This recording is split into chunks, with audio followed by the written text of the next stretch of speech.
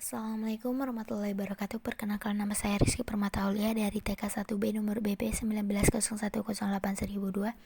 Kali ini saya akan mempresentasikan tentang deadlock. Yang pertama yaitu pengertian deadlock. Deadlock adalah kebuntuan di dalam sistem operasi, berarti suatu kondisi di mana sekumpulan proses tidak dapat berjalan kembali atau tidak adanya komunikasi antar proses. Definisi lainnya yaitu sekumpulan proses yang terblok yang setiap proses tersebut memegang sumber daya dan menunggu untuk mendapatkan sumber daya yang dipegang oleh proses di dalam kumpulan tersebut. B. Ilustrasi deadlock. Penyebab utama terjadinya deadlock adalah terbatasnya sumber daya yang akan digunakan oleh proses-proses. Setiap proses berkompetensi untuk memperebutkan sumber daya yang ada, jadi deadlock berhubungan erat dengan tersedianya sumber daya dari komputer. Pendeteksian deadlock. Yang pertama, deteksi terjadinya deadlock secara periodik atau acak, kemudian pulihkan. Yang kedua, bisa lebih bebas dalam mengalokasikan sumber daya. Yang ketiga, tidak ada klaim maksimum safe atau unstable status.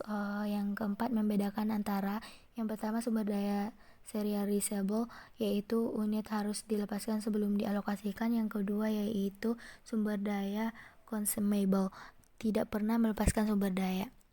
Kemudian pencegahan deadlock atau prevention dengan metode menghilangkan syarat terjadinya deadlock. Yang pertama, menyediakan mutual exclusion. Deadlock terjadi karena adanya tuntutan sumber daya secara eksklusif. Yang kedua, menyediakan syarat halt and wait, memaksa sebuah proses melepas sumber daya yang dimilikinya ketika meminta sumber daya yang baru. Yang ketiga, menyediakan kondisi non-preemption, membolehkan adanya preemption. Yang keempat, menghindari kondisi menunggu secara sirkular, memberi penamaan resource berdasarkan urutan atau level. Penghindaran deadlock ataupun avoidance, memberi akses kepada sumber daya yang tidak terjadi deadlock. Yang pertama, resource manager menolak proses yang meminta resource yang berpotensi deadlock. Yang kedua, jika ada permintaan resource yang maksimum digunakan, maka proses tersebut akan dipaksa untuk melepaskan resource yang sudah dimilikinya.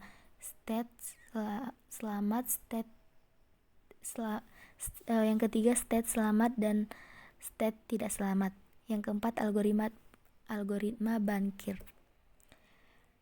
Kemudian syarat terjadi deadlock. Deadlock terjadi jika memenuhi 4 syarat berikut.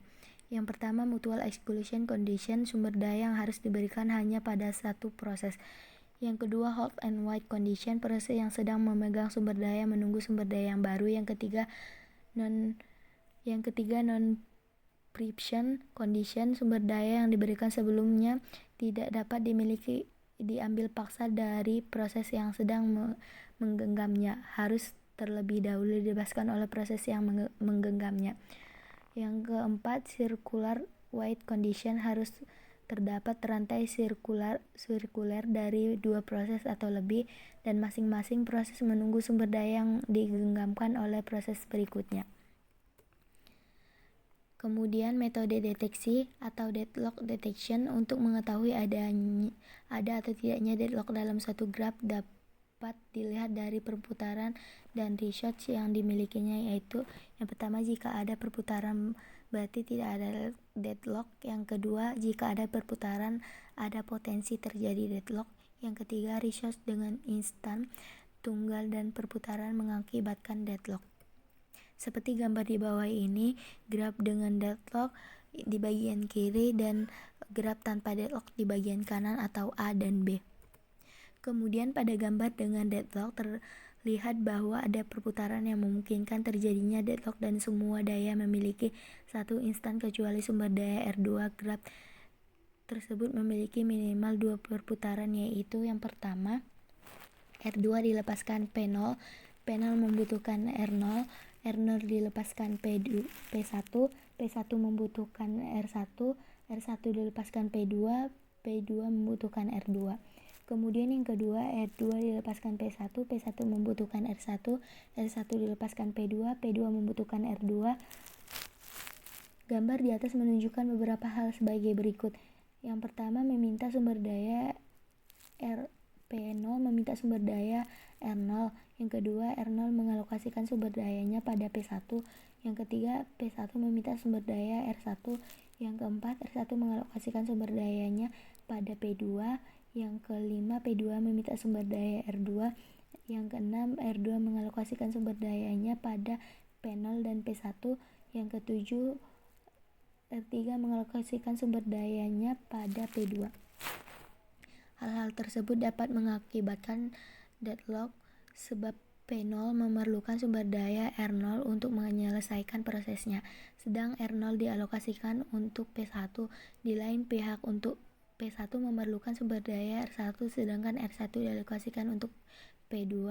P2 memerlukan sumber daya R2, akan tetapi R2 mengalokasikan sumber dayanya pada R3. Gambar graf tanpa deadlock memiliki perputaran tanpa deadlock tidak terjadi pada gambar di atas. Graf memiliki satu perputaran, yaitu P0 membutuhkan R1, R1 dilepaskan P2, P2 membutuhkan R0, R0 dilepaskan P3, P3 membutuhkan R2, R2 dilepaskan P0. Graf di atas menunjukkan beberapa hal. Yang pertama, P0 meminta sumber daya dari R1, R1 mengalokasikan sumber dayanya pada P2. Yang ketiga, P2 meminta sumber daya R0. Yang keempat, R0 mengalokasikan sumber dayanya pada P3. Yang kelima, P3 meminta sumber daya R2. Yang keenam, R0 mengalokasikan sumber dayanya pada P3. Yang ketujuh, R1 mengalokasikan sumber dayanya pada P1. Hal-hal ini dapat menyebabkan deadlock walaupun ada perputaran, sebab semua sumber daya yang diperlukan P1 dapat dipenuhi sehingga P1 dapat melepaskan semua sumber dayanya yang kemudian dapat digunakan oleh proses lain. Untuk pemulihan deadlock recovery, hal-hal yang terjadi dalam mendeteksi adanya deadlock adalah permintaan sumber daya dikabulkan selama memungkinkan. Sistem operasi memeriksa adakah kondisi circular wide secara periodik. Pemeriksaan adanya deadlock dapat dilakukan setiap ada sumber daya yang hendak digunakan oleh sebuah proses memeriksa dengan algoritma tertentu. Cukup sekian presentasi dari saya. Apabila ada kekurangan dan kesalahan, saya mohon maaf, dan apabila ada teman-teman yang ingin bertanya atau memberikan saran, saya persilakan. Assalamualaikum warahmatullahi wabarakatuh.